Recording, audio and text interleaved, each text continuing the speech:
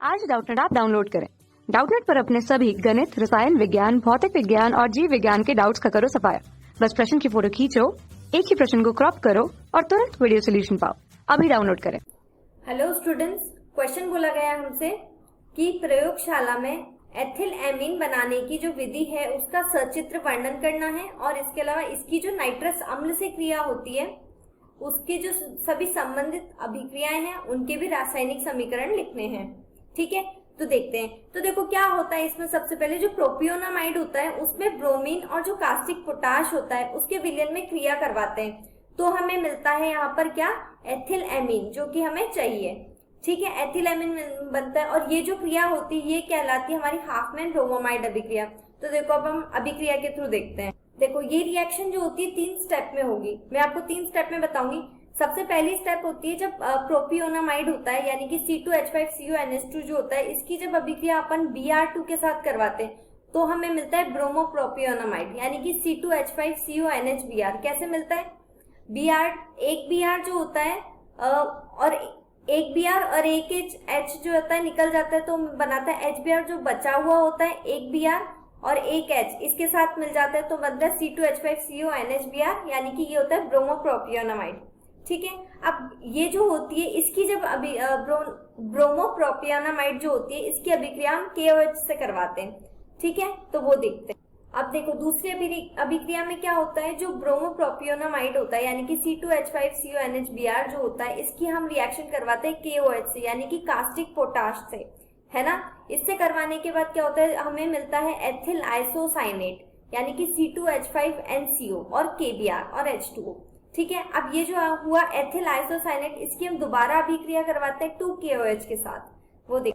अब देखो तीसरी अभिक्रिया में क्या हुआ, जो ये एथिल आइसोसाइनेट था यानी कि C2H5NCO जो था, इसकी हमने दोबारा रिएक्शन करवाई KOH से यानी कि कास्टिक पोटाश से हमने इसकी रिएक्शन करवाई तो हमें मिल गया एथिल एमीन C2H5NH2। हमें यही चाहिए था और अतिरिक्त के रूप में K2CO3 बाहर निकल गया।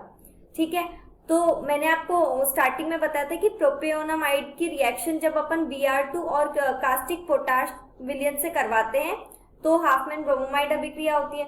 ठीक है, अब अपन इसको, ये जो रिएक्शन है इसको एक साथ कैसे लिख सकते हैं वो भी मैं आपको बताती हूँ।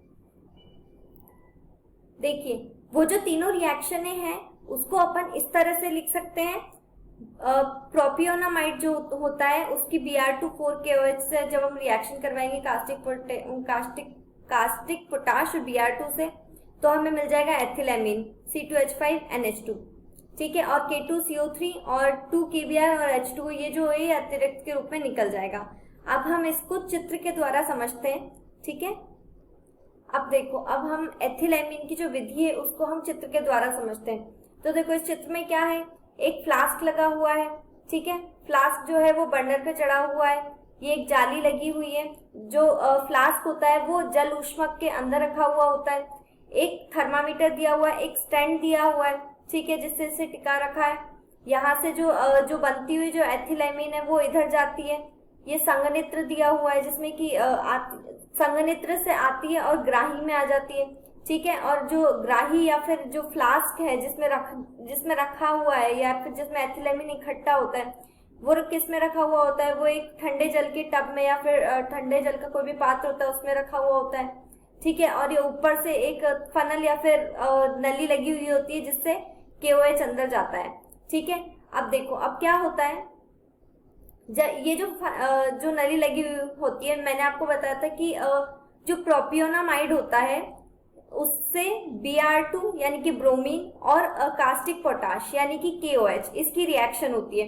तो देखो कास्टिक पोटाश ऊपर से जाता रहता है और जो ये फ्लास्क होता है इसमें किसका क्या क्या चीजें होती है, ब्रोमीन और प्रोपियोनामाइड होता है। तो जब बर्नर को जलाकर इसको जलाया जाता है तो इससे क्या होती है, इससे भाप बनती है, इसकी वाष्प बनती है और जो ये वाष्प होती है वो यानी कि जो एथिल एमीन की जो वाष्प होती है वो इस नली से होते हुए इधर आ जाती है संघनित्र में।